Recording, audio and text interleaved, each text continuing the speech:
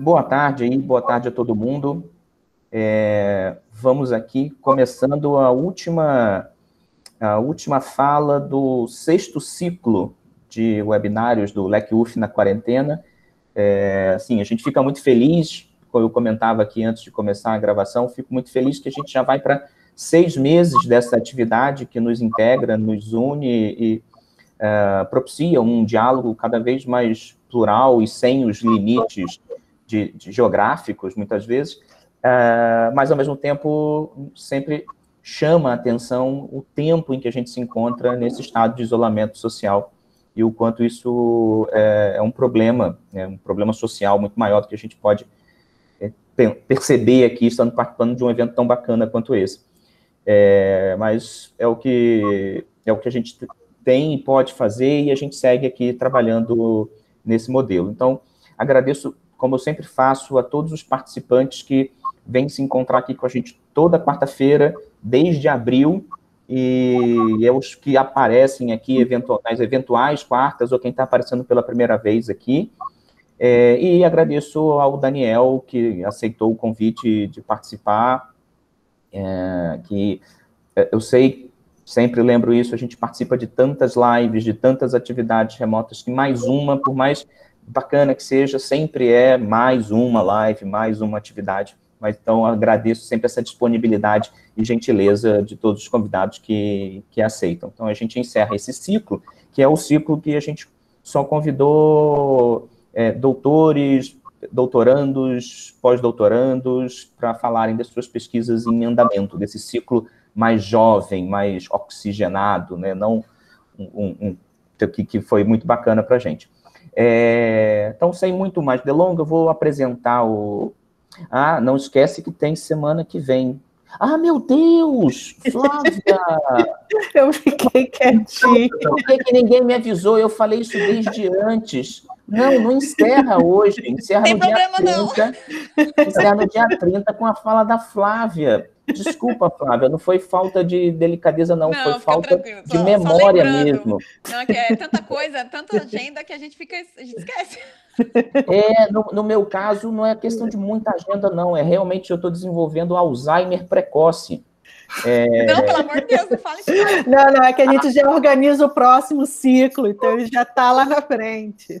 Foi isso, é porque a gente começou a conversar hoje muito seriamente sobre o próximo ciclo, e eu fiquei com isso na cabeça e inventei que hoje era o último, mas não. Então, tem ainda um... Ufa! Então nem vamos ter aquela reunião sobre o próximo ciclo hoje, tá? A gente fala sobre isso semana que vem.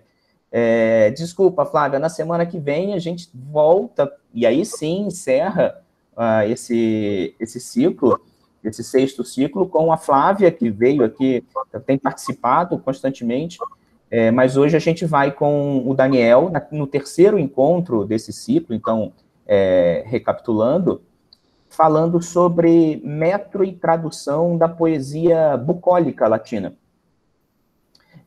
Então, eu apresento o Daniel, ele é doutorando em letras, lá na Universidade Federal do Paraná, mestre em teoria literária e literatura comparada pela USP, e graduado em letras, português e latim pela UFPR também. Hoje ele vem desenvolvendo uma tese de doutorado sobre poesia bucólica, métrica, tradução, sob orientação do Alessandro Rolim de Moura, e é sobre isso que ele vai falar hoje aqui para a gente, eu imagino. Mas o Daniel também atua, enfim, dentro das áreas de língua e literatura latina, teoria literária, literatura comparada, também com foco na recepção dos clássicos, e já publicou sobre intertextualidade e sobre tradução de Horácio. A gente teve a satisfação de publicar num número organizado aqui na UF, do Caderno de Letras, um texto do Daniel com duas traduções da sátira 1.4 de Horácio em português e os comentários dele, então vale a pena dar uma conferida depois. Então a gente hoje está aqui ansioso por te escutar, Daniel, e aprender com o que você está pesquisando e tem a nos dizer hoje. Então, boa tarde a todos de novo. Desculpa, Flávia, mais uma vez. fica aqui já o convite, semana que vem todo mundo venha ver a Flávia, que aí sim será o último evento do ciclo, e vai lá, Daniel, o palco virtual é seu agora. Esse palco bucólico aqui, amenos, esse locus ameno aqui, vai lá. Muito obrigado, Beethoven. Obrigado, todo mundo envolvido na organização, né, do Leque UF na Quarentena, que também é acompanhado. Às vezes eu consigo assistir e atesto realmente a qualidade desse evento, que está sendo essencial, né, justamente nessa linha do que a gente estava falando antes e agora no começo, essa linha de estabelecer esse diálogo, né, mesmo agora durante esse ano doido. Muito obrigado, na verdade, também pelo convite de participar desse evento. Fico muito feliz de participar desse ciclo com outras pessoas que eu conheço, que estão nesse momento de doutorado, ou que acabaram de terminar, estão fazendo pós-doutorado, que é no caso da Flávia, que vai apresentar semana que vem. Então, para mim, é uma felicidade participar desse evento. E é bem isso, eu vou apresentar, eu coloquei esse título um pouco mais amplo, né, de metro e tradução da poesia bucólica latina, justamente porque é o grande assunto, para dizer assim, da minha tese de doutorado. Eu estou terminando agora meu doutorado aqui no FPR, na área de letras, em estudos literários, meu último semestre, então estou nesse momento de correria da tese, a tradução, ajeitando algumas coisas, e por aí vai.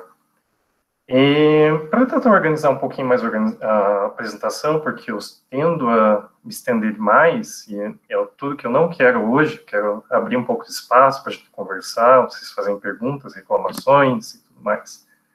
E eu vou tentar, vou compartilhar com vocês alguns slides, tá? Então, infelizmente, eu não vou poder ver vocês enquanto isso, né? Eu vou tentar só ficar indo e voltando o slide para vocês, se eu conseguir. Mas se tiver algum problema, depois eu volto a ver vocês e a gente conversa mais vendo o rosto um do outro. Então, deixa eu compartilhar aqui.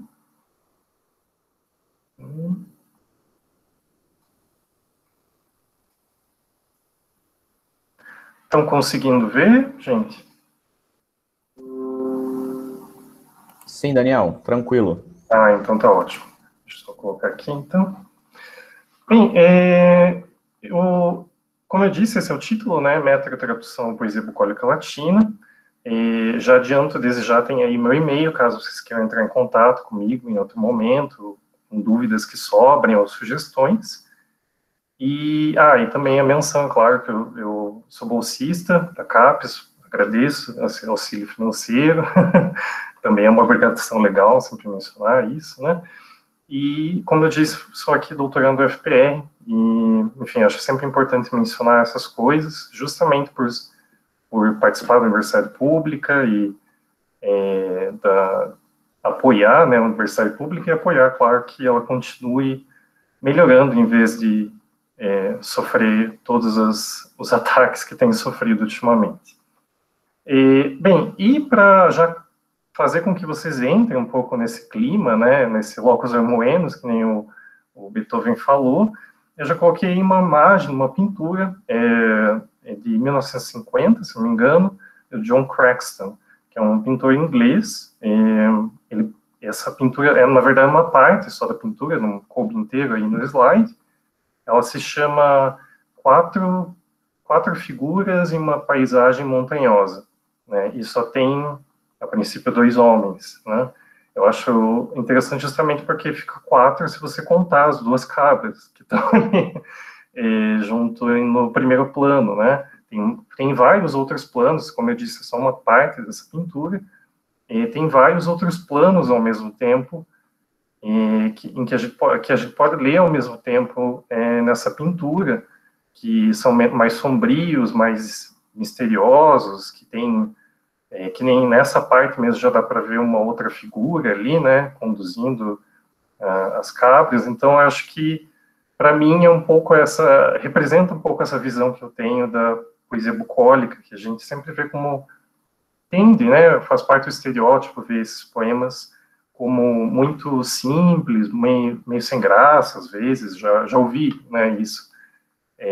E, na verdade, é uma poesia muito complexa, que tem várias camadas para a gente investigar.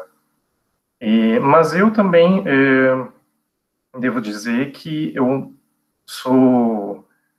não entrei nesse mundo da poesia bucólica há muito tempo, foi realmente para o doutorado. Né? Antes eu lia Virgílio, eu já tinha lido, né, obviamente, os bucólicos de Virgílio, desde a graduação, que eu fiz em latim, né, como Beethoven ressaltou, mas eu só realmente adentrei esse mundo no doutorado, tentando recortar, né, meu objeto de pesquisa, enfim, depois de todo esse processo, eu realmente, hoje eu me sinto muito próximo dessa poesia. Mas, ao contrário do título, né, do que alguns podem pensar pelo título, que eu coloquei, que foi um pouco de propósito, um pouco amplo de propósito, eu não estudo Virgílio. Eu não estudo os bucólicos de Virgílio, que são provavelmente uma das obras, né, da poesia bucólica antiga, mais canônicas, qual as pessoas mais associam esse gênero poético. Na verdade, esse gênero poético é muito amplo, né, e os seus caminhos, seus ramos, suas origens são muito variadas. Que nem eu coloco aí, o slide passou, só para conferir. Tá no o que é poesia bucólica agora? Sim, sim. Então tá ótimo, só para conferir se vocês estão acompanhando. Então, geralmente Teócrito, né, um poeta grego do período helenístico, é atestado como o fundador do gênero, né, o que é sempre uma coisa engraçada. Eu sempre imagino alguém sentado pensando assim, não, hoje eu vou fundar um gênero poético. Mas as coisas não funcionam bem assim, né, na história da literatura, mas dá para entender o que as pessoas querem dizer quando chamam ele de fundador. Na verdade, e se a gente for pensar em temas bucólicos, né, na poesia grega, a gente pode ir mais longe. Pode pensar em Bion, em Mosco, Calímaco, Leônidas Tarento, né, indo pela antologia grega, que inclusive a Flávia domina melhor do que eu. E a gente também pode ir para trás, pensar em Hesíodo, os Trabalhos dos Dias, Mimo, na comédia grega, latina também. Muitas associações que podem ser feitas a depender do recorte que a gente faz da poesia bucólica. Tá? Com certeza, como eu disse, a Virgílio é a principal referência da maioria, né? E às vezes também o apêndice virgiliano vem junto, né, no pacote Virgílio, vamos dizer assim. Apesar de não necessariamente ser da autoria de Virgílio, né? Então, existe, de certa maneira, um cânone, né, uma referência máxima que são os bucólicos de Virgílio. E, além disso, tem uma outra questão. Quando eu falo, geralmente, que eu estudo poesia bucólica, as pessoas têm imagens muito variadas do que ela é, ou autores representativos muito variados. E eu acho que isso é interessante também para a gente começar a repensar, né, revisar. Então, eu deixo ali uma pergunta. A poesia bucólica seria a poesia bucólica antiga? A gente pode pensar isso juntos, ao longo da apresentação. Então, como eu disse, eu não estudo Virgílio. Então, o que eu estudo? Tem alguma outra coisa além de Virgílio na poesia bucólica latina? Tem, por exemplo, um dos dois autores do meu corpus, autores, é que dá para chamar, mas enfim, já estou adiantando a polêmica. Como posso dizer, metade do meu corpus, tá? Meu objeto de estudo que eu escolhi são as bucólicas de Campo Ciclo, tá? Que com certeza não é um autor muito famoso, reconhecido, mesmo entre classicistas, né? Eu já conversei com várias pessoas da área que conheciam de nome, ou já tinham conferido, né, por algum motivo, mas de fato não é um autor popular, né? E apesar de já ter, né, como eu coloquei ali, uma recepção relativamente modesta, mas uma recepção constante e diversa, desde a Antiguidade Tardia. E que poemas são esses, né? As Bucólicas do Calpurniciclo são um livro com 7 poemas, não 10, ao contrário de Virgílio, né?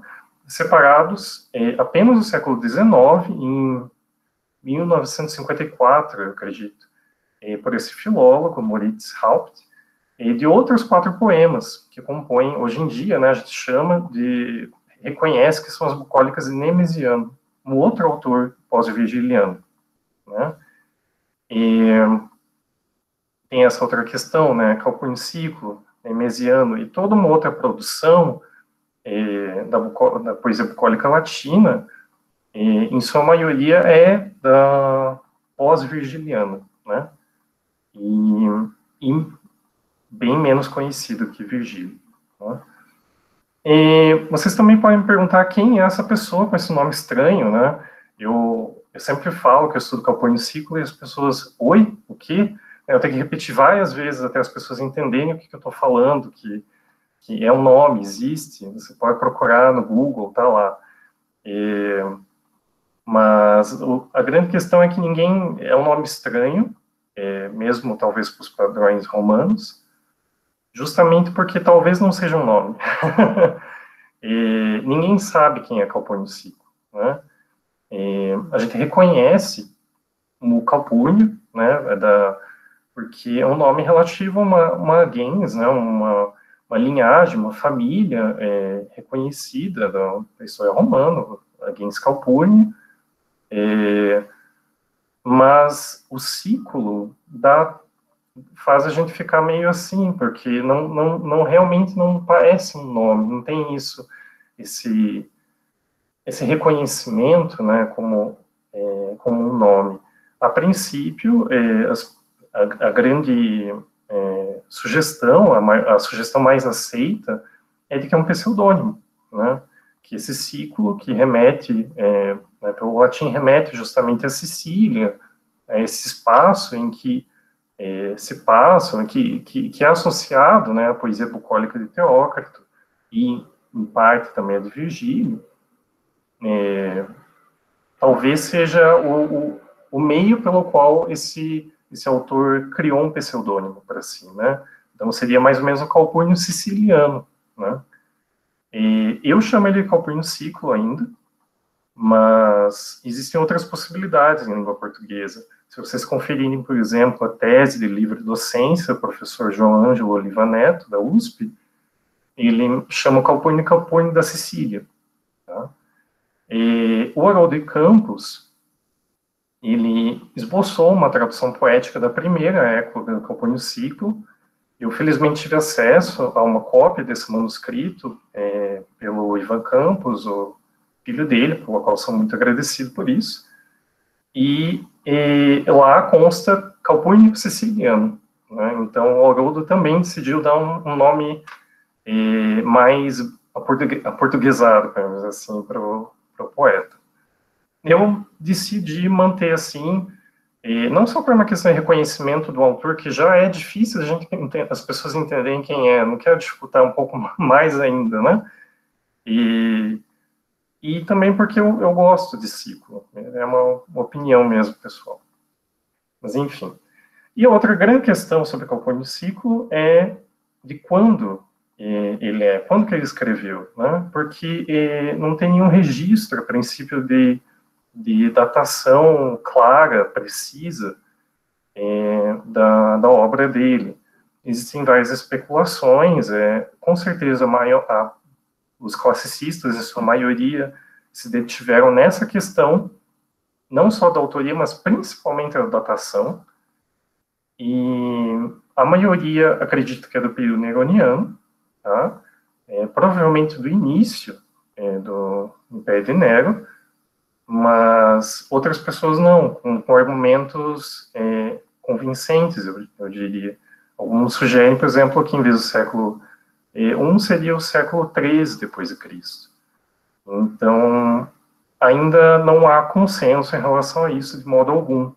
Eu mesmo, no meu trabalho, minha tese, eu tenho adotado uma posição de não associar ele necessariamente com o período neroniano, com certeza com a cultura imperial romana. Isso, a leitura dos poemas evidencia bastante. essa ligação, né?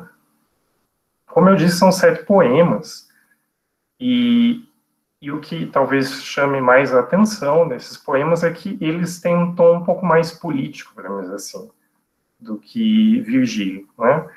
Desses 7 poemas, geralmente a écloga 1, a 4 e a 7 são chamadas éclogas políticas, justamente por isso, por se aproximarem um pouco de um tema mais panegírico, de elogio, de louvação de um Deus, né, que não é mencionado, que com frequência é associado a Nero, né? E os outros poemas seriam mais rústicos, mais bucólicos por si só, independente do que isso seja, né?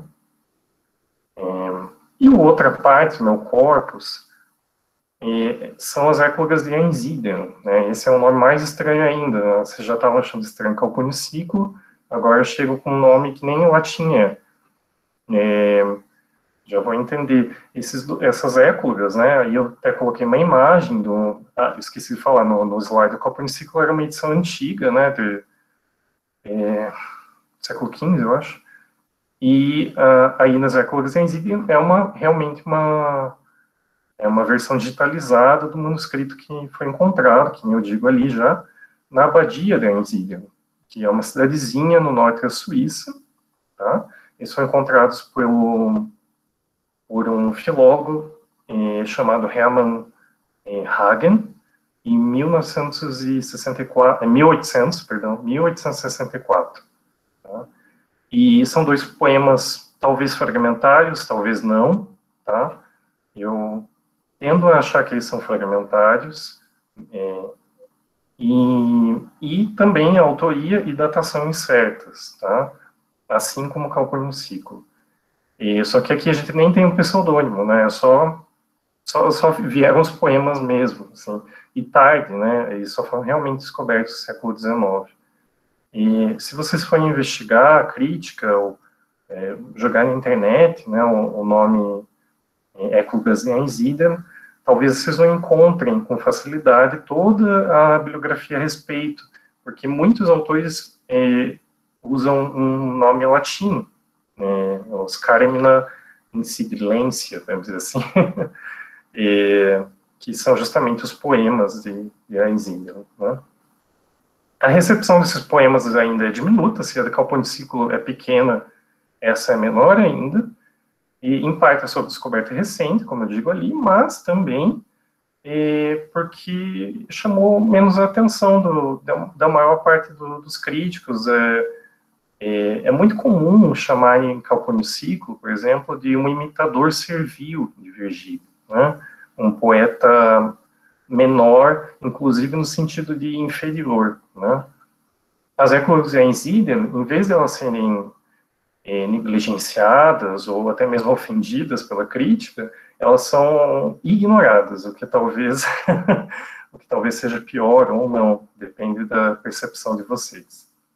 Mas, de todo modo, com frequência esses 2 poemas são associados com o período neroniano também. É uma hipótese mais reconhecida para a datação. No entanto, mais recentemente, tem surgido outras hipóteses, né? No caso das éclogas de Einsiedel, a hipótese única que existia era a datação neroniana, né? Que era do período neroniano. E mais recentemente, então, apareceu um artigo em questão de 3, 5 anos, agora não lembro, de um professor da Universidade de Edimburgo, Justin Stover, que sugeriu que talvez seja do século III depois de Cristo. Tá? Então, também é uma questão aí em aberto. E por que eu escolhi esses poemas, né? Acho que eu esqueci de mencionar isso. Por que eu não fui, por exemplo, retraduzir Virgílio, né? Eu, assim como o Rafael Brunhar, professor lá de grego da URGS, não sei se está assistindo a gente, mas ele mencionou uma vez em conversa comigo que ele gosta de ir atrás daqueles poetas que geralmente são negligenciados, que as pessoas deixam de lado, né? E eu tenho essa tendência também. Eu Eu gosto de ver o que as pessoas acham ruim. É atrás disso que eu vou. Então, brincadeiras à parte, é basicamente isso, assim. E é claro que eu tenho algum critério, né, para ter feito esse recorte, e eu acho que esses poemas analisados em conjunto, e, de certa maneira, essa comparação entre eles evidencia aspectos mais interessantes do que, às vezes, uma comparação só com Virgílio, né? E o que eu estou vendo nesses poemas, afinal, né? Esqueci, só ia comentar muito rapidinho, né? Justamente para promover outros poetas negligenciados que não fazem parte da minha pesquisa, são algumas expressões posteriores bucólicas, né? Eu coloquei ali Nemesiano, que já mencionei, né? Cujas 4 bucólicas foram separadas, que é o Princípio, mas também Endeléquio, da Antiguidade Tardia, que escreveu De Mortibus Boum, né? Ou seja, sobre as mortes dos bois, já tem um tom cristão. E Márcio Valério, que ele não tem um nome em português, eu inventei para essa apresentação, tá? Eu sempre vejo Marcius Valérius, né? Então, fica aí o convite para vocês usarem.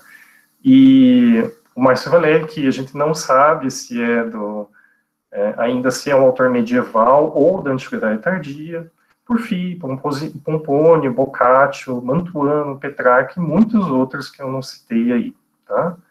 Eu coloquei uma imagem uma pintura do Nicolau Poussin, Et in Arcadia Ego, que muito comumente é apresentada como uma representação dessa continuidade dos temas bucólicos nas artes, na literatura, como o que as pessoas fazem com o campo, o que elas tornam o campo, como o campo pode se transformar, né, na poesia.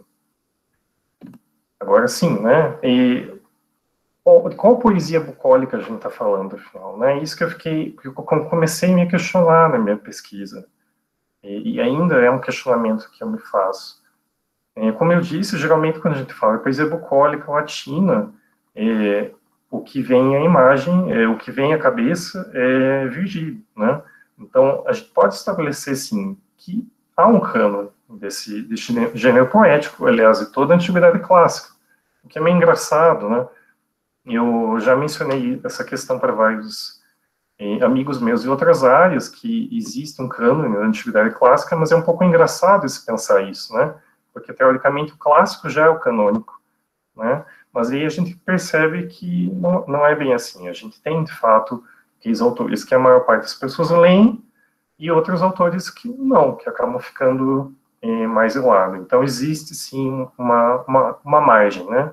Mas a gente tem que pensar em o que é essa canonicidade, né, na poesia antiga. Eu acho que um dos fatores que determinam muito para uma canonicidade, um texto ou não, são questões como essas que eu mencionei, de autoria e datação, né? É muito difícil a gente canonizar, para dizer assim, ou um poema, alguma obra literária que não tenha uma datação ou uma autoria tão claras, né? O Homero, claro, é o grande exemplo, um contra-exemplo do que eu estou falando, mas estou falando do caso da maioria, né? E geralmente o anonimato é visto como um problema, né?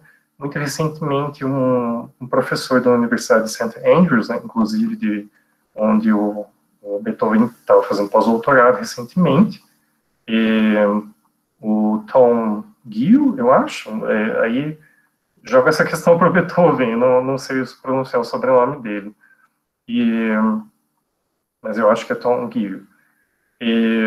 Ele escreveu muito recentemente um livro chamado Author Unknown, né, que é justamente sobre poéticas do anonimato e como funciona o anonimato ou pseudônimos, né, enfim, na antiguidade. Quais são os efeitos para a nossa leitura, né, dessas obras. E pensar em poesia bucólica também leva muitas pessoas a pensar o que é um gênero literário, né, com muita frequência. Materiais, manuais sobre poesia bucólica se pergunta, mas o que é poesia bucólica? E, pessoalmente, eu evito essa questão justamente porque eu gosto de perguntar qual é a poesia bucólica, de qual poesia que a gente está falando, né? Na verdade, a gente só não tem como ler toda a poesia bucólica possível, mesmo que seja latina, ler toda a poesia bucólica latina ou a latina antiga e estabelecer uma definição em comum. Eu acho bastante difícil. Então, é um trabalho mais complexo do que a gente pode imaginar. E existem vários condicionantes nessa resposta, né? Autor, pensar a questão do autor, sim, do tempo, mas também estilo, espaço, leitor. Eu esqueci ali de colocar um ponto, mas enfim. E outras questões também, não só essas, né? E pensar também, um gênero poético está sujeito tanto a uma questão de tradição, mas de inovação, né? A própria evolução da história desse gênero poético vai dar respostas diferentes para a questão o que é poesia bucólica, né? E um dos meios que eu achei de abordar esse objeto de estudo, ou seja, Capur no Ciclo e as éclogas de Enzider, eu sempre acho engraçado falar os dois juntos, porque fica parecendo um título de livro do Harry Potter, assim, né? Harry Potter, ele é o prisioneiro de Azkaban, Capur no Ciclo e as éclogas de Enzider, fica parecendo, mas é que realmente é o meu objeto, né? E o que eu vejo nesse objeto que eu acho interessante? Uma das questões que me chamou a atenção, lendo Capur no Ciclo, em voz alta, foi uma questão métrica, uma questão rítmica mesmo, né? Porque a maior parte dos autores, a maior parte dos críticos, estudiosos dessa obra, como eu disse, se detém principalmente em questão de autoria e datação, tá? A partir dos anos 70, principalmente com uma crítica chamada Eleanor Leach, uma americana, começou a se pensar um pouco mais as figurações e representações da política no Capur no Ciclo, mas ainda bastante vinculado a essa questão do contexto histórico, né?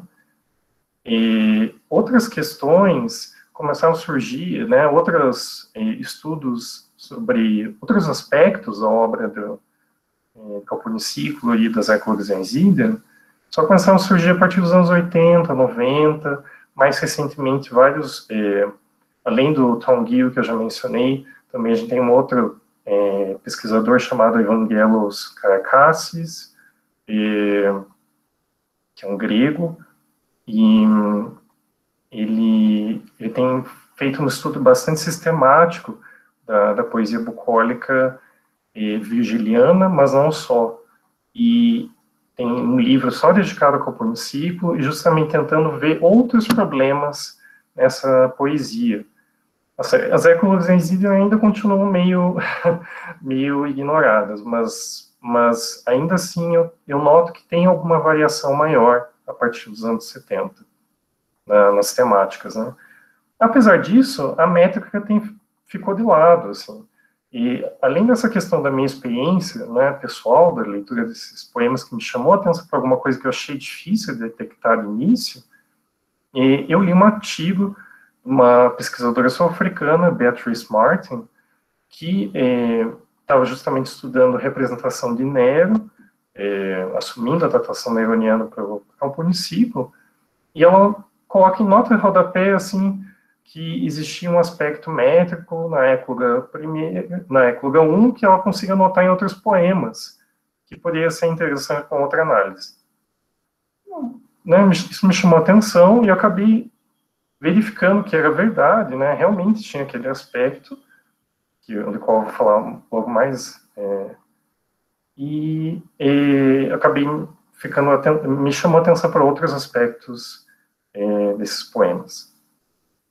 A poesia antiga, né, para quem não conhece muito, ela era metrificada, ok? Mas era baseada podemos dizer assim, em duração silábica, né, em longas e breves, né, estabelecida em pés, ok? Então, é um pouco diferente, né, da nossa metrificação, da versificação portuguesa, por exemplo. Existem vários tipos de metro na antiguidade, muitos, sendo alguns mais reconhecíveis, né, mais conhecidos mesmo, e outros menos. Existem algumas diferenças, né, também, apesar de falar de poesia antiga, existem algumas diferenças entre a métrica grega e latina, e eu acho que só mais recentemente, eu diria, no século XX daqui em diante,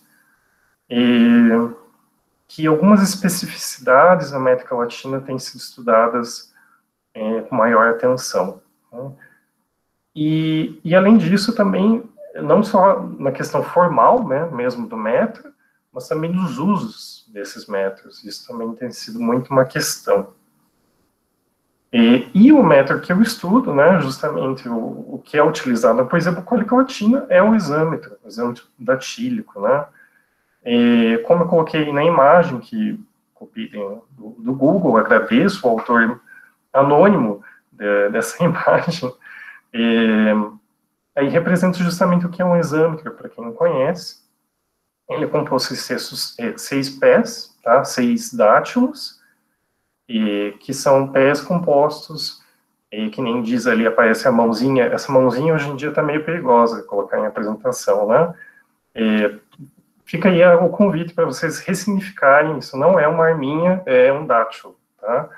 Então, supostamente o dátilo, né, justamente dedo, em grego-latim, seria justamente, isso aqui seria a longa, né, teria uma parte maior que representaria essa sílaba longa, e outras duas breves, né? O meu dedo não é assim, mas vocês podem imaginar a origem, talvez, do nome do pé, né?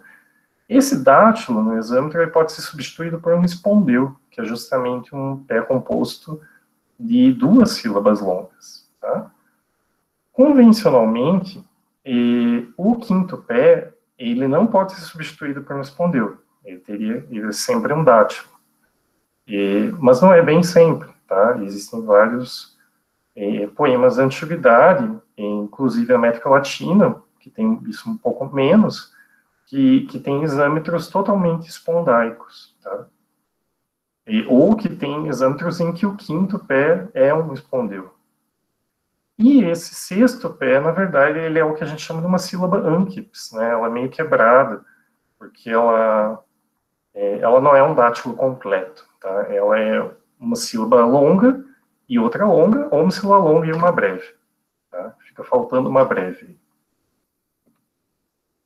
E o que acontece? A princípio, né, isso, desse jeito que eu apresentei, é como o exâmetro é geralmente apresentado em manuais, o que, de certa maneira, esconde a complexidade desse método, tá? Não só de formas, mas de usos também. Então, por exemplo, na métrica isométrica, é ótimo não falar isso, a gente pode analisar outros aspectos, né? A cisura, por exemplo, que são os cortes que se fazem, que existem, né, num determinado verso. Pode ser pentemímera, trocaica, tritemímera e epitemímera, tá?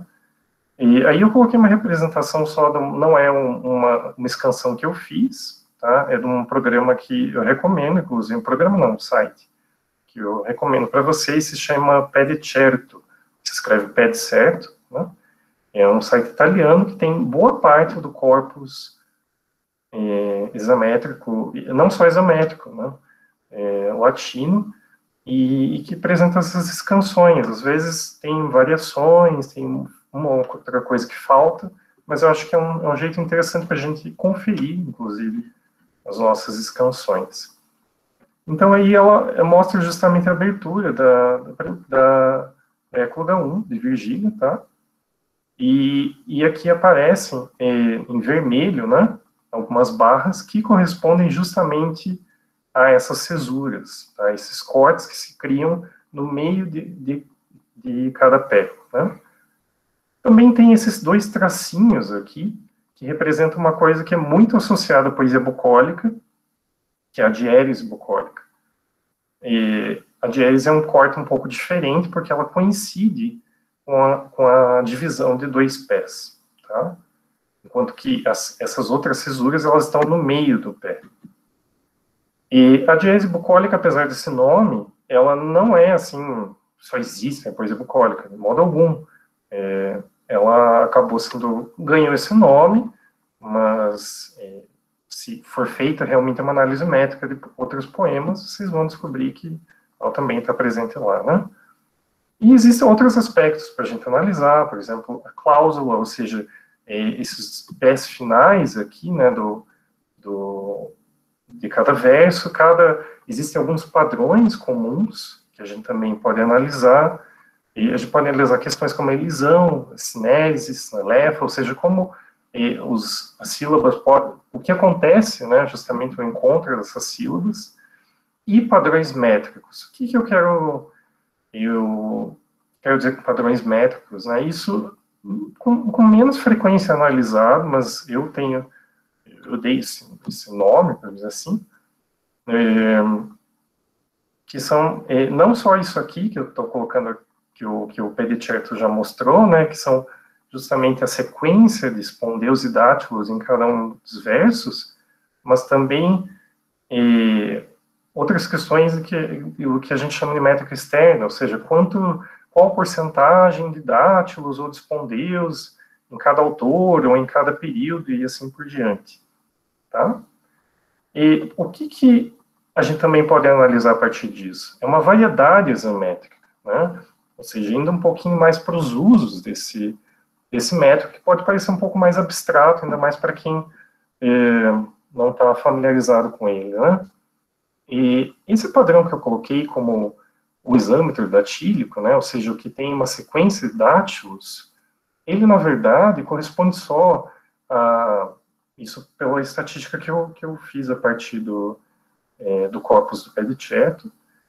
É um banco de dados que ele usa, na verdade.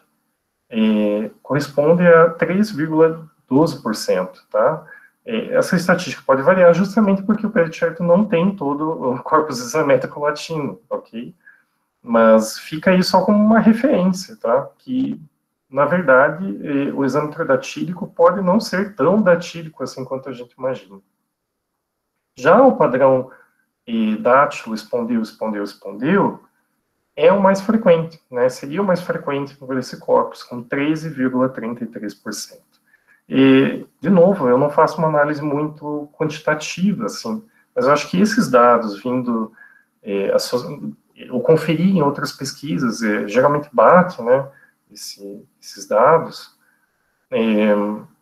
eu acho que esses dados né, de análises quantitativas podem ser também interessantes para quem faz uma análise um pouco mais quantitativa, um pouco mais focada em outros aspectos, né. Uma coisa interessante que eu notei em vários estudos métricos é como o cânone influencia esses estudos que supostamente estão analisando tudo de uma maneira um pouco mais neutra, né, para dizer assim. E Virgílio é a referência máxima para a América Latina. Eu não consigo pensar em nenhum metricista que tenha escrito uma métrica latina ou um estudo maior sobre isâmetro latino que não tenha colocado sistematicamente Virgílio como exemplo, né? Ou que não tenha realmente dito Virgílio é o padrão e os outros estão fora desse padrão, estão fora da regra, né? E o que eu acho que é uma perspectiva muito complicada, muito problemática, né, de se adotar.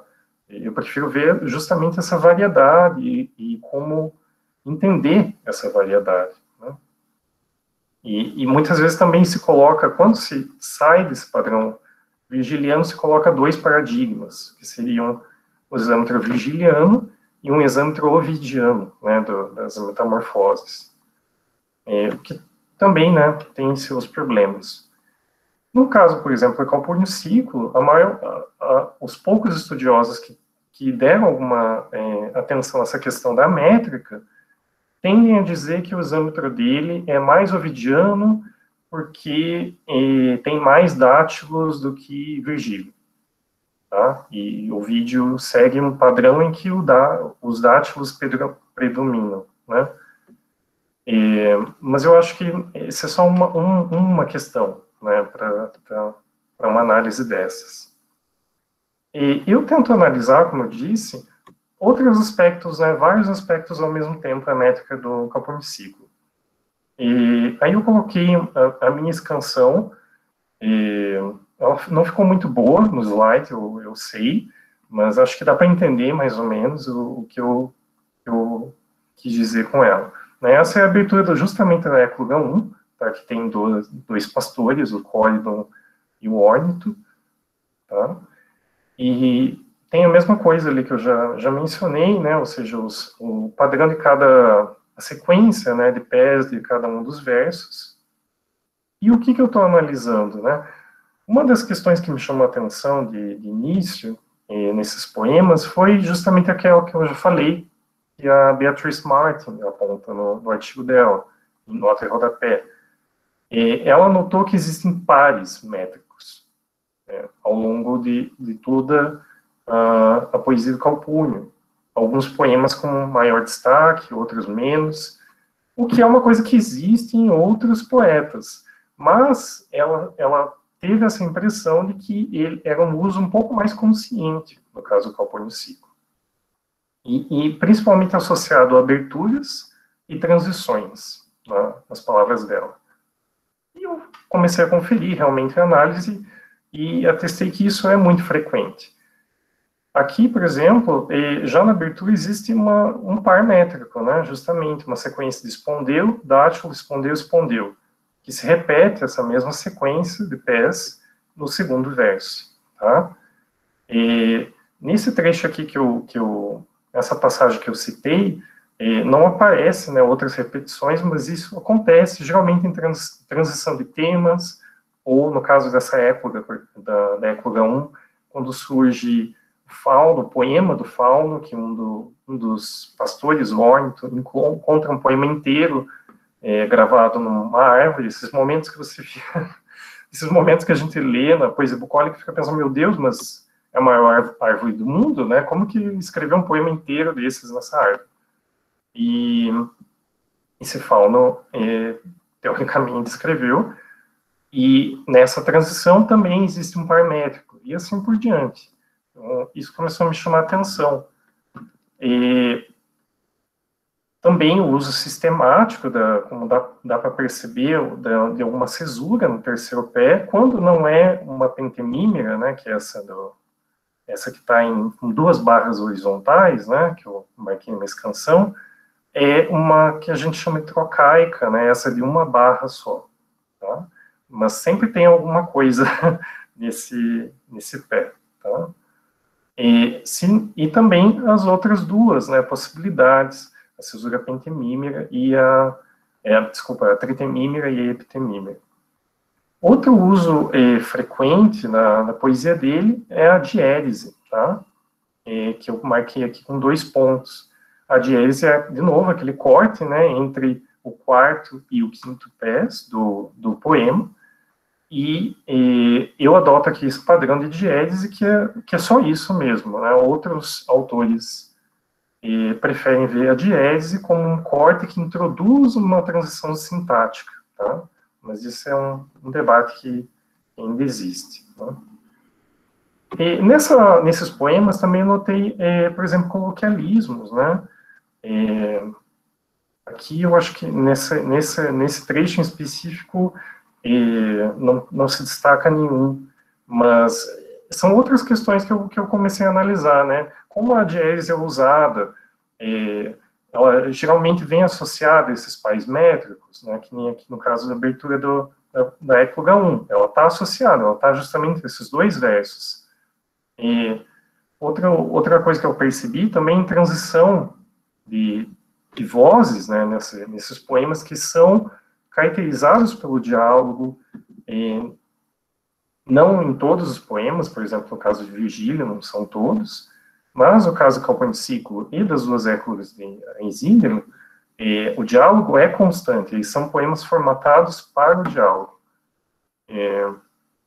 Então, essa transição de vozes também geralmente coincide com a diérese bucólica, tá?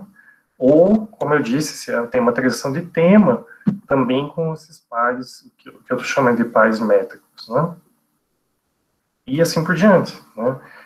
E outros aspectos que eu notei, né, muito rapidamente, elisão, muito pouco frequente, uma proporção muito menor. Existe um outro estudioso de métrica, o George Duckworth, que fez estudos com corpos grandes, assim, examétrico, e ele também percebeu como cálculo de ciclo é um dos poetas que menos usa elisão, tá? Então, é uma coisa difícil até de se fazer, mesmo em língua portuguesa, né? E assim por diante. E aqui eu também coloquei um outro trecho que representa uma expansão que eu fiz, né, já das éclogas de Enziden.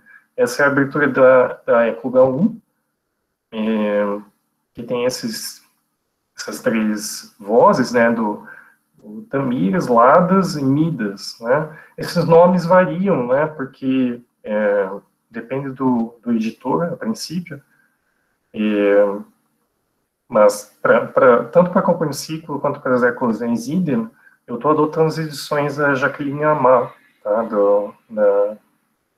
que estabeleceu, né, essas edições para as edições da Belle Lettre. E aqui nas éclogas Enziden, né, ao contrário do Companhia de Ciclo, a gente encontra praticamente nada de pares métricos, naquele mesmo sentido que eu falei, né? Essa écloga primeira, por exemplo, a abertura do poema não tem, né? Mas a écloga 2, sim. E tem todo esse outro debate também, se as duas éclogas de Enziden são do mesmo autor, já que a gente não tem nenhum pseudônimo, fica essa dúvida, né, se realmente esses poemas têm alguma relação entre si ou se só chegaram juntos por algum motivo, né? Mas outros aspectos tendem a ser parecidos. Os usos da cisura, das diéses bucólicas também é meio parecido com o calponiciclo, e um pouco diferente de Virgílio. Ao contrário, o calponiciclo ele tende a períodos mais curtos, ok? E, enfim, e também a elisão é muito pouco presente, então existe alguma semelhança, tá, métrica entre esses poemas, entre essas duas obras, vamos dizer assim. O que também foi um justificativo para eu agrupar, né, e recortar, estabelecer esse recorte para a tese. Tentando avançar, porque eu sei que eu já estou indo além do tempo, eu queria falar um pouquinho da minha tradução, né, que eu estou fazendo justamente esses poemas, porque uma consequência que acabou surgindo para mim, desse estudo de metro e de diálogo nesses poemas, foi começar a visualizar uma tradução deles, né? Como eu disse, eu faço doutorado aqui no FPR, em que a tradução poética é com frequência uma questão, né? É sempre está em debate, né? E sendo praticado.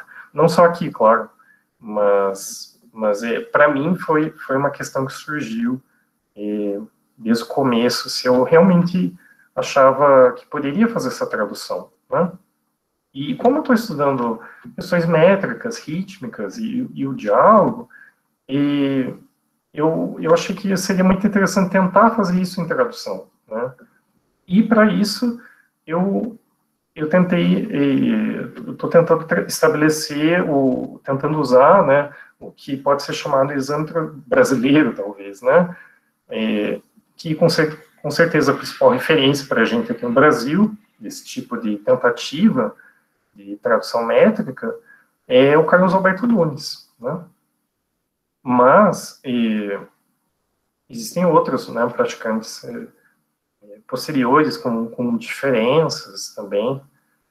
E esse tipo de tradução, ela é chamada de várias maneiras, tá? Eu tentei fazer uma lista, mas com certeza não encerrei as possibilidades. E se vocês procurarem saber, vocês vão ver como tradução rítmica, métrica, emulação rítmica, equivalência métrica, equivalência estilística, medida latina em português, exame trodatílico, vernáculo, ou português, ou brasileiro, versos núnicos, né, em referência ao Nunes. E eu mesmo não escolhi um desses temas até agora, Eu, com frequência, chamo, na verdade, tradução métrica ou rítmica, mas eu tenho gostado do exâmetro brasileiro, apesar de não ser, em tese, um exâmetro. O que ele é, então, né? E, se a gente for pensar, eu trouxe aí 3 exemplos para quem não conhece muito metro, né? Eu acho que é interessante ter esses padrões, né? Justamente ver diferenças de prática desse metro, né? Eu coloquei ali, por exemplo, Carlos Alberto Nunes, né? Seguindo um padrão de tônicas e átonas, né?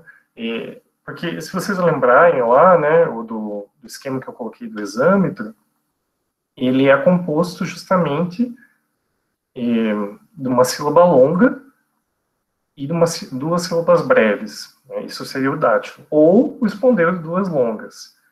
Em língua portuguesa, o que tem se feito é justamente substituir o que seria essa primeira sílaba longa por uma tônica, tá? E o que seria essas 2 sílabas breves por 2 átonas, ou, no caso do Érico Nogueira ou do Rodrigo aqui, com essa versão do Lucrécio, né? Também pode ser só uma sílaba átona, né? Em vez de 2.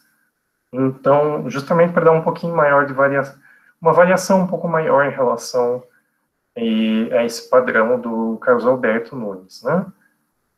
Existem algumas diferenças, por exemplo, aqui nessa versão da sátira 1 de Juvenal, do Érico Nogueira, ele tende a trabalhar com o que a gente pode chamar talvez um bemol métrico, não sei, né, em vez de a sílaba ampípse aqui, né, ela termina no verso seguinte, tá?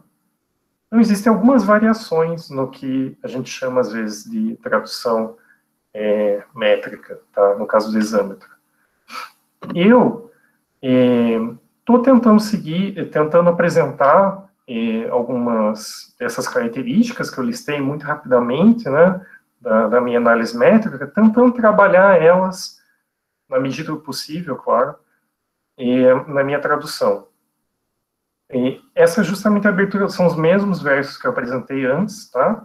Da Ecluga 1, agora em português, e eu estou tentando seguir justamente esse exâmetro mais próximo daquele último padrão do Rodrigo, né?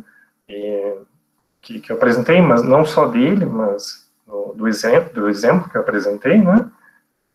E tentando experimentar um pouco esses aspectos que eu listei. Por exemplo, os pares métricos. Tentar estabelecer um par métrico aqui na abertura e seguindo, né, uma sequência do que talvez seria o que seria um dátilo, né, em língua portuguesa, ou seja, uma tônica, uma átona, e o que poderia substituir um espondeu, talvez. Ou uma duração que estabelecesse alguma variação ali, né?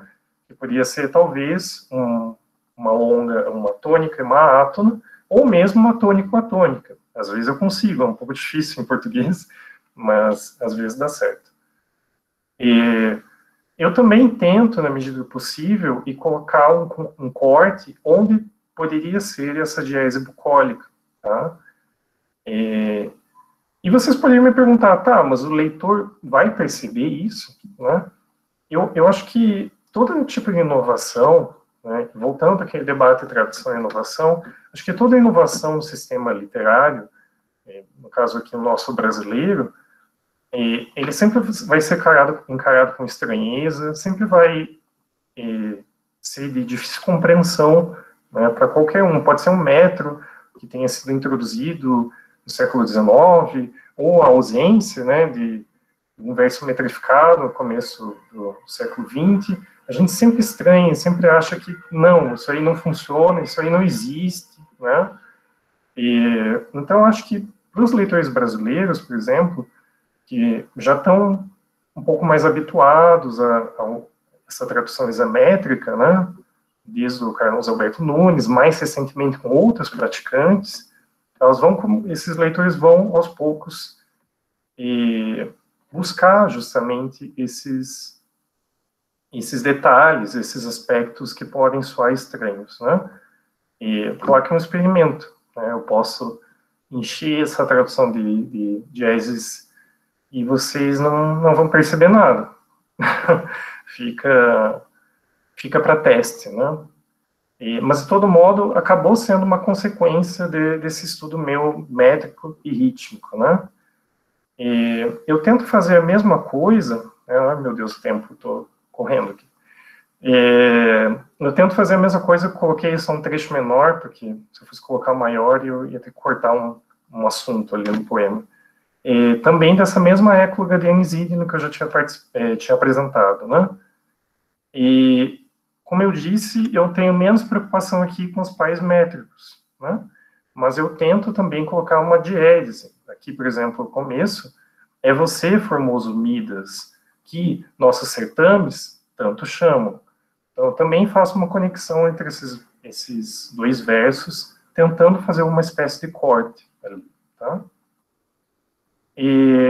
Aqui também me chama outra atenção, outra coisa que eu não mencionei, o você. Talvez isso chame a atenção de algumas pessoas que estão mais acostumadas à segunda pessoa do singular, né, o tu, em traduções de poesia antiga. Eu sei que não é do gosto de todo mundo, mas eu decidi adotar o você, justamente porque na minha leitura de poesia bucólica, a poesia bucólica está nesse lugar intermediário, né? Inclusive, se for pensar em estudos, em visões de retórica, poética antigas, né? Ela é esse gênero que não é elevado, não é uma épica, mas também, ao mesmo tempo, está dialogando com elementos que seriam da simplicidade, que o Sérgio fala nos comentários dele, Virgílio. Então, eu gosto de trabalhar um pouco com esse quase prosaísmo, né? Que também existe na linguagem. O cálculo de ciclo menos, mas as éclogas de Anisídino, elas tendem mais a um prosaísmo. Além disso, eu adoto um pouco o meu dialeto do português, e não só meu, com certeza, em que eu estabeleço uma variação entre você e o imperativo ainda em segunda pessoa, né? Apesar que não é só um padrão meu, né? Mas eu acho que pode ser visto como um problema, né, para alguns leitores.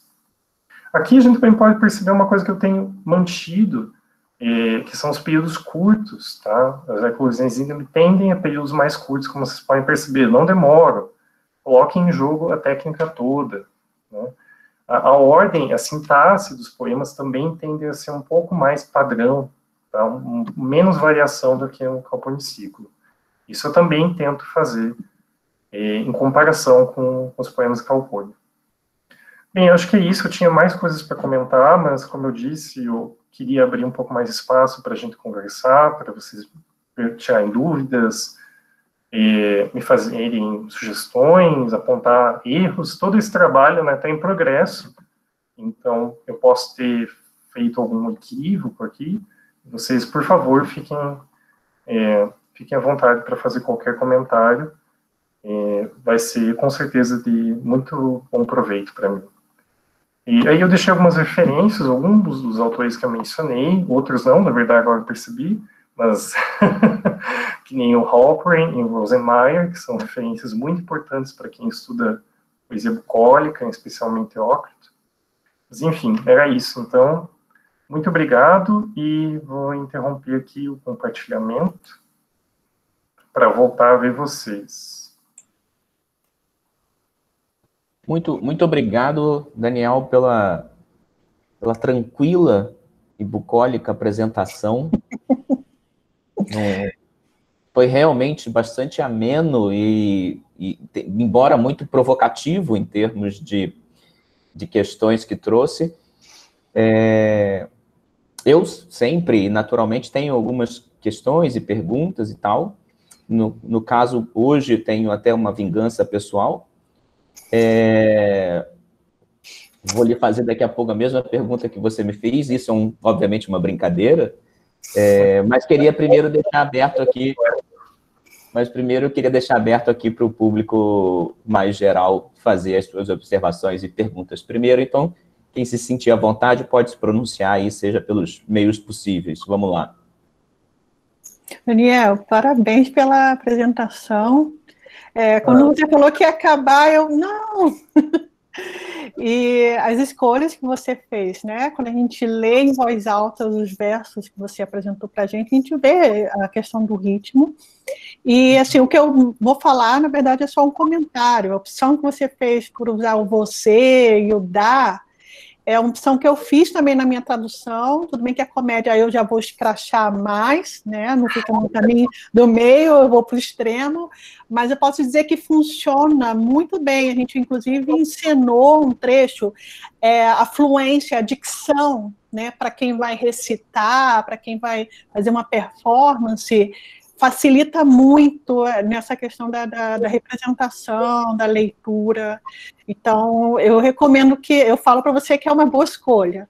Não tenha receio com relação a isso, pelo menos em termos de recepção, né?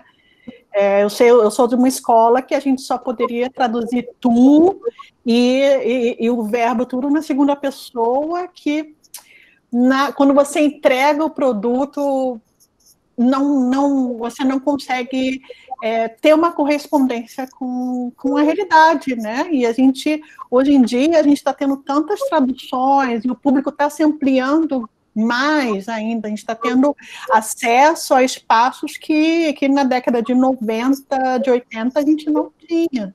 Então, parabéns pelo seu trabalho, pela sua apresentação.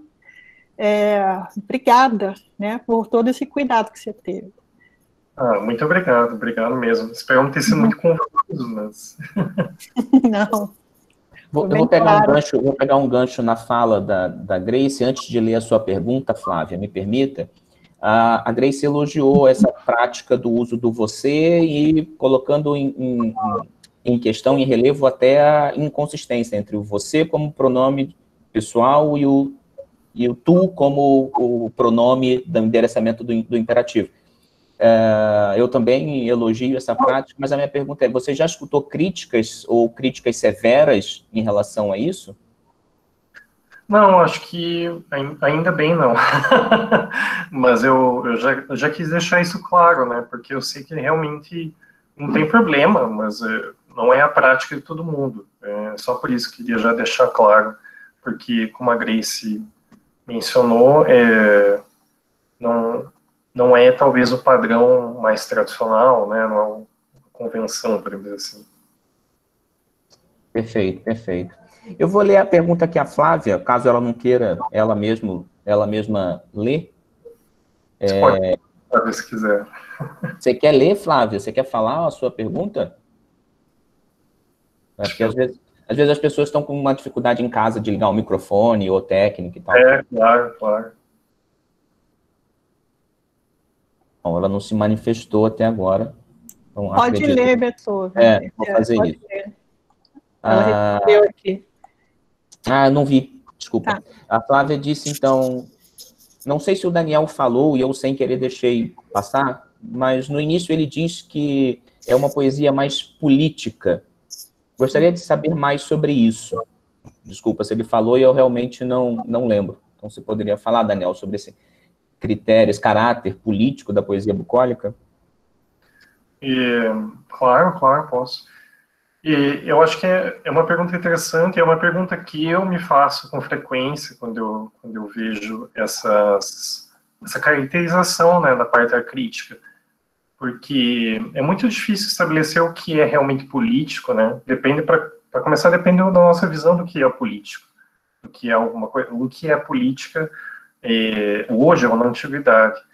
Então, com frequência, os autores chamam aqueles 3 poemas do Caponiciclo e Político, ou chamam todos esses poemas que eu mencionei de políticos, por uma presença maior de alusões ao imperador, ou a construções, que nem no caso do Caponiciclo, a última época dele tem uma menção ao que talvez seja um anfiteatro construído por Nero, ou seja, tem um pouco esse tom de elogio do imperador.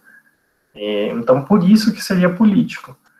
mas a gente pode argumentar que, talvez, e que é um pouco o que eu gostaria de argumentar, que as relações entre eles, né, nesse mundo do campo, também tem alguma política. Entre o que... relações, por exemplo, de dois pastores falando de um terceiro, ou de alguma intervenção nesse mundo campestre. Existe muito também essa noção de política associada à cidade, né? Então, esse contraste entre campo e cidade muitas vezes é visto como um indício de tema político nesses poemas. Não sei se eu respondi, é uma questão realmente complexa, e eu acho que muitas vezes os estudiosos, os pesquisadores não analisam isso em detalhe. Obrigado, Daniel. Vai lá, Rafael, pode fazer sua intervenção. Olá, obrigado, Daniel. Ótima apresentação, muito informativa, inclusive da perspectiva do seu percurso, né, pessoal. A minha pergunta vai no sentido de estratégia de tradução. Eu atualmente estou mexendo com a segunda geórgica, do Virgílio, e a mesma métrica, né? Então, uma série de questões também se colocam para mim, porque a minha proposta é de tradução poética também. E uma coisa que me ocorreu na hora de começar a lidar com isso foi esse estatuto, né, do português brasileiro moderno ou contemporâneo, no que diz respeito a esses pronomes. E o uso da segunda pessoa, ele me pareceu, digamos, atraente da perspectiva de economia. Sabe, economia, assim, de número diverso, porque eu não estou usando exatamente a métrica do Carlos Alberto Nunes, eu estou usando uma métrica que eu, na verdade, nem encontrei muito quem usasse antes, assim, frequentemente, que é de 14 versos, sempre tentando acentuar ou sexta, ou quarta e oitava, para manter um início que é algo do hexâmetro tradicional. Então, assim, ele começa sempre com um som muito hexamétrico, né, digamos, do português brasileiro, né? Então, enfim, 10 sílabas, hexamétrico, decassílabo, e depois continua aí com alguma variação, e aí eu tento justificar, pelo menos para mim, poeticamente, essa variação em termos da variação que o próprio hexâmetro comporta, né? Como você explicou bem aí, ele pode ir de 13, sei lá, 17, 18 sílabas, tanto no grego quanto no latim, né? Então, eu queria te ouvir falar da perspectiva de economia de sistema dentro do verso, como você lida com isso, tendo que, às vezes, lidar também com o problema do vocabulário, né? Que, assim, querendo ou não, um verso latino ou grego hexamétrico, ele consegue colocar muito mais coisa do que, a princípio, a gente consegue, pela economia de caso, né? Assim, uma língua de caso não precisa usar tanta preposição, não precisa usar tanto pronome, enfim, consegue ser mais econômico nesse sentido. E aí, enfim, essa foi uma dificuldade imensa com que eu lidei com isso, assim, e aí eu queria te ouvir, como você lidou em termos de você, às vezes usando talvez o ti, né, como pronome átono, enfim, mas muito obrigado. Eu que agradeço pela pergunta. Eu espero, inclusive, que você tenha sucesso na tua tradução. Acho que as geórgicas merecem mais traduções. Eu acho que, sobre isso da economia, né, por dizer assim, do verso, varia muito, na verdade. Teve vários momentos que eu estava traduzindo e pensava, meu Deus, por que o tu ia resolver aqui, sabe? Ia solucionar todo o problema. Mas tem outras situações que não, que você percebe que se você fosse usar, na verdade, ia complicar mais. Então, é muito variável, eu acho que, em relação a isso. E em relação a essa questão dessa diferença, né, entre o latim e o português, e ser uma língua de casos que talvez seja mais sintética, mais concisa, eu também noto que nem sempre. Em algumas situações, alguns versos, eu traduzo e penso, meu Deus, mas já traduziu o que eu tinha que traduzir? já foi mais sintético do que do que o latim. Às vezes acontece também. Então, isso depende, varia muito, eu diria que varia muito.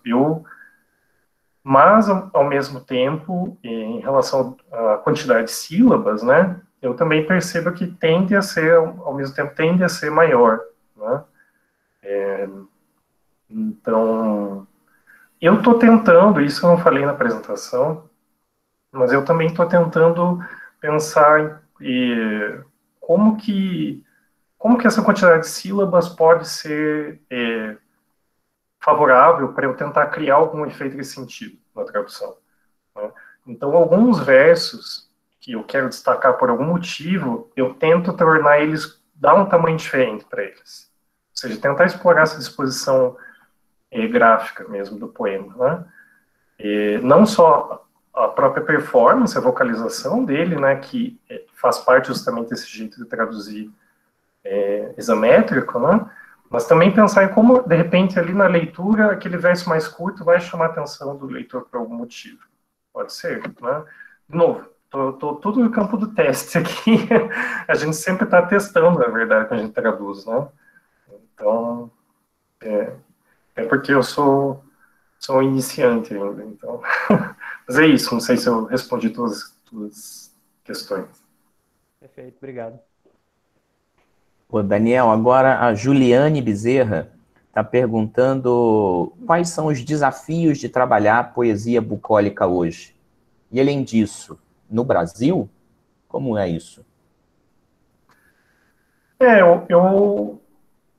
Um pouco difícil responder, porque eu diria que, pelo menos aqui, né, no nosso meio acadêmico, ninguém me recriminou, assim, meu Deus, você está estudando poesia bucólica? Como assim? Eu acho que a pergunta dela, se ela quiser se pronunciar, ela diga, acho que diz respeito a um cânone sincrônico, digamos assim, né? Quem vai ler poesia bucólica? Vai vender Calpurnio Siculo, sabe? Quem vai estar se divertindo lendo isso, sabe? Eu acho que é um pouco isso.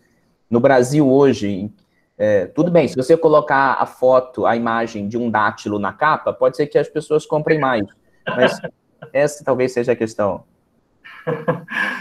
Não, realmente, nesse sentido, eu acho, minha intenção justamente seria mostrar, né, como a poesia bucólica não é aquela simplicidade, no sentido, assim, de banalidade, melhor, né, poética, que às vezes a gente associa ao nosso arcadismo, por exemplo, que também não é assim tão banal, de modo algum.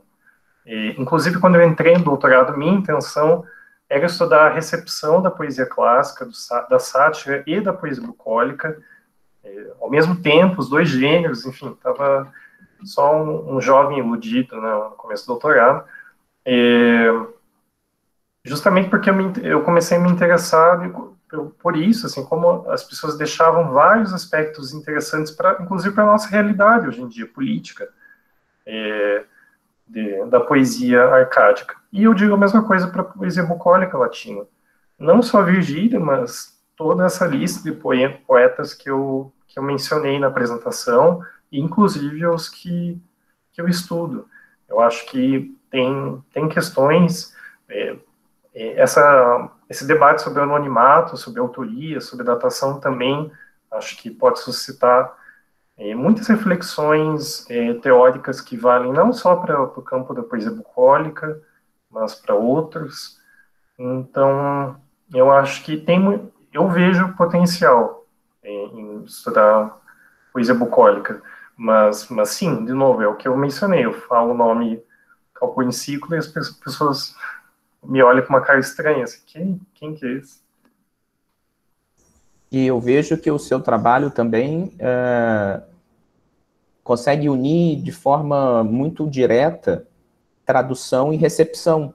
Então, você também está formando uma possibilidade de leitura dessa poesia que, de outra forma, estaria perdida. Então, propiciando uma recepção por meio da recepção através da tradução. Então, tem esse papel a cumprir aí, que também é um papel importante, né? Eu vou aproveitar que a gente está falando, antes de ler aqui a pergunta da Tânia, e como você está trabalhando a relação exatamente com o arcadismo. Você está fazendo alguma coisa que eu chamaria de que eu chamo na minha tradução do Plauto, uma intertextualidade avant la lettre, do tipo, está tendo eco do arcadismo brasileiro no Calpurnio Ciclo? Como que você está lidando com isso? O que é surreal, né? Não, é legal você ter falado isso, porque eu tinha esquecido de mencionar isso. Eu estou tentando, um primeiro objetivo, vamos dizer assim, nesse aspecto, seria fazer relações com traduções que já existem em poesia bucólica antiga mesmo. Então, quando aparece algum determinado vocábulo, deixa eu pensar aqui. A faia, não pode faltar uma faia na poesia bucólica, né? Mas além desse tipo de vocabulário específico, aparece lá a palavra correspondente a bosque, né? Ou a palavra correspondente à perturbação, né? Se, por exemplo, na écloga que eu apresentei, de Einsiedel, falam justamente de perturbar a alegria. Não, mentira, essa écloga segunda, não é a que eu apresentei. Mas aparece uma parte, já no primeiro verso aparece essa ideia de perturbar a alegria. E é o mesmo verbo usado na écloga 1 de Virgílio. Então, eu vou lá, pego uma tradução de Virgílio, no caso, eu estou principalmente conferindo a do Raimundo Carvalho, que vai ser reeditada, se não me engano, e eu uso o mesmo verbo que ele usou, perturbar, né? Justamente para tentar fazer uma intertextualidade por aí, né? O arcadismo eu também, eu peguei, li vários poemas para ver se eu conseguia entrar naquele ambiente, né, e que estabelecesse essas relações, mas acabou ficando um segundo objetivo, assim, um ou outro vocábulo, por exemplo, eu consigo, mas eu tento principalmente estabelecer relações com Virgílio, com a tradução do Teócrito, do Érico Nogueira, e a grande vantagem é que eu estou traduzindo Calpurnio, né? Então, por exemplo, com o Ganzindel, né? Eu já posso fazer a tradução se relacionar com a tradução do Calpurnio e vice-versa. Bacana, bacana. A Tânia Colares está perguntando, você falou que a écloga de Einsiedel é provavelmente do século III.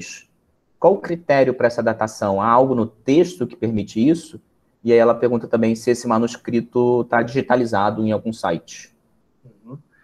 Ele está digitalizado, eu infelizmente não lembro de cabeça agora o site, mas se ela quiser ela pode me escrever, eu mando esse link, mas está digitalizado, tem um acervo todo digitalizado dessa abadia de Einsiedel,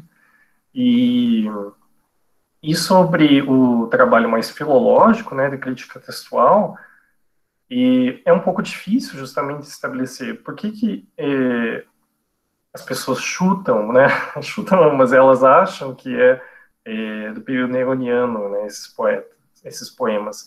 É mais pelo uso, sim, do latim, vários momentos essa poesia tem algum uso muito específico que remete ao primeiro século depois de Cristo, ou não, né, também, por quem defende uma datação mais tardia, e também pela temática, justamente algumas imagens que estão presentes em outras obras literárias do mesmo período, né?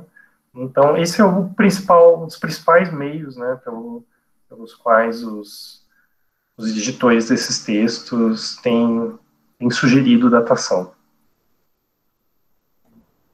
Bacana, bacana. Se eu perdi alguma pergunta no chat, vocês me avisam, mas eu não vi outras depois. Então, eu vou te perguntar, Daniel, na verdade, eu fiz uma brincadeira com a coisa da vingança pessoal, eu vou te dar a oportunidade, na verdade, se você achar por bem, falar sobre, assim, obviamente, só dar uma dica de qual é o arcabouço teórico de tradução poética que você está utilizando para basear as suas escolhas. Eu sei que para a gente aqui isso não é necessário realmente, mas imagino que você esteja fazendo isso porque se trata de uma pesquisa de doutorado. Então, mais no sentido de expor para que outras pessoas aqui possam até ter isso como referência e aprendam com esses parâmetros, né? Sim. Eu vou talvez repetir a tua resposta à minha, minha pergunta, falar que veio muita coisa veio da prática mesmo, assim, muita coisa do que eu falei agora, essa apresentação veio justamente de eu tentando traduzir o poema de maneiras diversas, né? Eu tentei, por exemplo, decassílabo, só para ver como que funcionava, só que ao mesmo tempo eu achei que uma perspectiva, né, nessa prática do exâmetro brasileiro, né, funcionava melhor. E a partir daí eu comecei a pensar, né, justamente essas relações entre metro e a organização desse sentido e o que eu estava fazendo ali na prática, né. Então, algumas referências que talvez pudesse citar são, por exemplo, o Antônio Berman, eu estou pensando uma ideia de projeto tradutório, também estou pensando com a ajuda do Michonic, né, estou pensando justamente a questão do ritmo, mais assim na tradução, ou seja, o ritmo como organização do sentido, que nem ele fala, ou seja, essa relação entre o que eu estou colocando na forma, ali nesses poemas em português, e as consequências na leitura, né, na compreensão desses poemas, podemos dizer assim, né? Então, esse seria o resumo, para dizer assim, da fundamentação teórica. Mas, não sei se te respondi, talvez. Sim. Eu imagino que você tenha lido e apontado também que na verdade é mais histórico de tradução, aqueles textos um texto do João Ângelo e a tese do Tapia, que falam sobre esse exâmetro brasileiro. Eu gosto do termo, mas em algum momento eu ia até pensar eu já usei isso em texto meu, mas ia pensar junto aqui. Você falou muito sobre a nomenclatura desse tipo de verso, né? Ou desse tipo de prática. Eu ia perguntar um pouco provocativamente, por que não chamar simplesmente de tradução? Tradução em verso, no máximo, para diferenciar de uma tradução em prosa, que ainda é comum. Então, sabe, num limite de... para o leitor, o que importa é aquilo ser em verso, que ele vai perceber visualmente, ritmicamente, e ser bonito e significar. E eu não disse antes, digo aqui agora, a tradução que você fez, dos poucos excertos que você mostrou aqui, tá muito bonita, tá muito sonora, tá muito fluida, e embora o leitor, digamos, o leitor médio, não precisa nem ser muito médio, nós, leitores aqui, independente de sabermos das minúcias que aprendemos hoje muito do seu projeto, fica claro que é um verso bastante elaborado, que é um verso que foi... acredito que você tenha usado de propósito aquele excerto que fala sobre a técnica, né? É um verso que tem toda a técnica que você pode utilizar, e a gente percebe muito isso, né? Então, eu só ia lembrar aqui para todo mundo que está assistindo, que eventualmente não tem aí essa experiência de leitura do exâmetro, como o Daniel lembrou, além do exâmetro brasileiro para traduzir o exâmetro latino, ou eventualmente o grego, práticas comuns e tradicionais são a do decassílabo, utilizar o decassílabo como equivalência, mas em variadas proporções, né, numéricas. Você tem o odorico, que tenta fazer alguma coisa 1 para 1, e consegue a fabulosa façanha de usar menos do que o texto em latim, e você tem uma média, mais ou menos, de vários tradutores, que o Márcio Tamos tem um trabalho sobre isso, que de mais ou menos 1.4 decassílabo para cada exâmetro. Então, 100 exâmetros seriam traduzidos em 140 decassílabos. Pensando nessas 4 sílabas a mais, eu acho que se aproxima, embora seja diferente, do projeto que o Rafael falou, que está tentando um verso de 14 sílabas, a 15, talvez. tem alguma coisa de numérico, de proporcional aí, que me lembra um pouco essa média de 1,4. E gostaria de lembrar aqui para todo mundo que temos o mais recente e novo, que eu apelidei de duplo decassílabo antúnico. Ah, é verdade. A tradução em hexâmetros por 2 decassílabos em português, o que dá um total de mais de 20 sílabas, criando uma prática tradutório-criativa completamente outra da que a gente tem experiência até agora. Então, eu tenho orientado hoje um mestrado em tradução da Eneida usando o duplo decassílabo antúnico para fazer um teste em latim de como isso funciona, já que o Léo está usando isso no grego. Então, era mais ou menos uma observação geral. Se você quiser falar alguma coisa sobre essa observação geral, completar, fica à vontade. Não, só para dizer que realmente concordo. Eu acho que na minha tese, quando eu falo para as pessoas, eu geralmente apresento como tradução poética, né? Justamente porque é só um outro verso. Tem outras possibilidades de verso, como as que você listou, e eu só estou usando um verso diferente, mas é uma tradução poética assim como as outras, né? Então, eu concordo plenamente. É só justamente para fazer um pouco uma trajetória dessa prática específica, né, de traduzir o exâmetro brasileiro, e inclusive possíveis variações, percepções, abordagens teóricas que têm sido usadas para estudar ele. Mas acho que com certeza está nesse grande campo da tradução poética. E o que eu acho interessante nesse grande campo da tradução poética é que, como você salientou no início, o próprio exâmetro latino, que é apresentado de forma manualesca, muitas vezes como se fosse um verso muito regular, ele é bastante variável, e os autores usam dessa variação ao seu serviço estético ali. Interessantemente, o exâmetro, mesmo o exâmetro brasileiro, já apresenta uma variedade de propostas e variações e perspectivas, como você mostrou muito brevemente, mas você já tem a galera que aceita, como o Antunes, como o Nunes, só tônica, átona, átona, mas já tem a galera que aceita tônica, átona. Há aqueles que dizem que acaba ficando tônica, tônica, por exemplo, o Tapia e o Léo dizem que acaba virando espondeu, mesmo que você use tônica, átona, vira um espondeu. Então, você já tem uma variedade de possibilidades na tradução desse exâmetro brasileiro. Exatamente. E mesmo indo além da tônica, né, eu percebo, às vezes, quando eu estou traduzindo, eu acabei não falando também por uma questão do tempo, mas no terceiro verso ali que eu mostrei da época, onde Calpurnia, não começa com uma tônica. Eu começo fazendo alongamento de vogal. Eu coloco 2 S junto, assim, no começo da frase, tentando emular, para dizer assim, uma tonicidade. Então, eu acho que é isso. Tem várias possibilidades e depende de caso a caso, eu acho. Você salientou um expediente que tem sido adotado por tradutores do exâmetro brasileiro, que é de tonicizar a primeira tônica do exâmetro, mesmo utilizando uma átona naturalmente em português.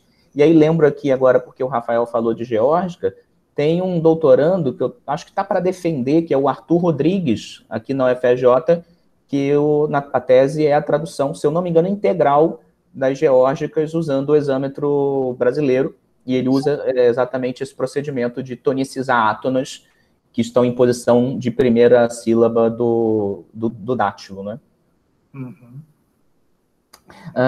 Vou continuar aqui. O Denis fala que quer saber sobre a adoção de alguma perspectiva teórica, mas eu acredito que o Daniel tenha já passado por isso, quando diz que, em alguma medida, as leituras embasam o Mechonic, o Berman, essas leituras teóricas mais tradicionais, né? Mas que muito vem da prática da tradução e daquilo que o texto implica. E você não falou isso, mas eu adicionaria, lembrando de um ateliê que eu participei com o Francisco Botelho, e do NTC que a gente organizou, e eles lembraram muito bem que muito vem também de uma memória de leitura, uma memória afetiva de leitura. Além dessa memória, que é uma memória mais tecnicizada, como o Daniel lembrou, de foi lá ler, usar o arcadismo, está lendo tradução de poesia bucólica mais contemporânea.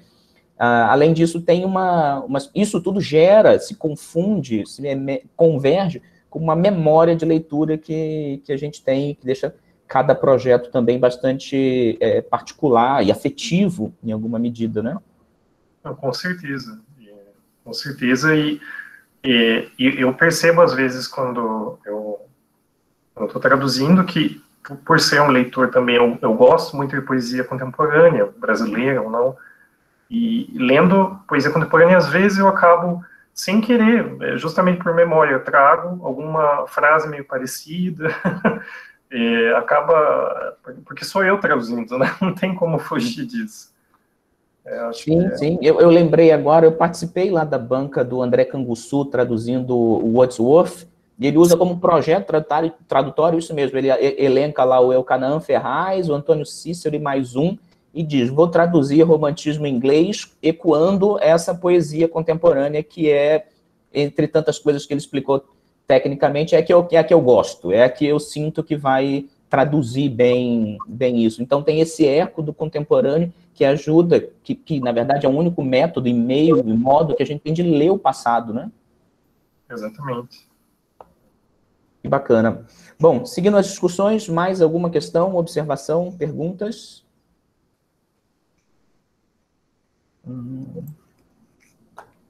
Acredito que, então, acho que podemos ir caminhando para o encerramento.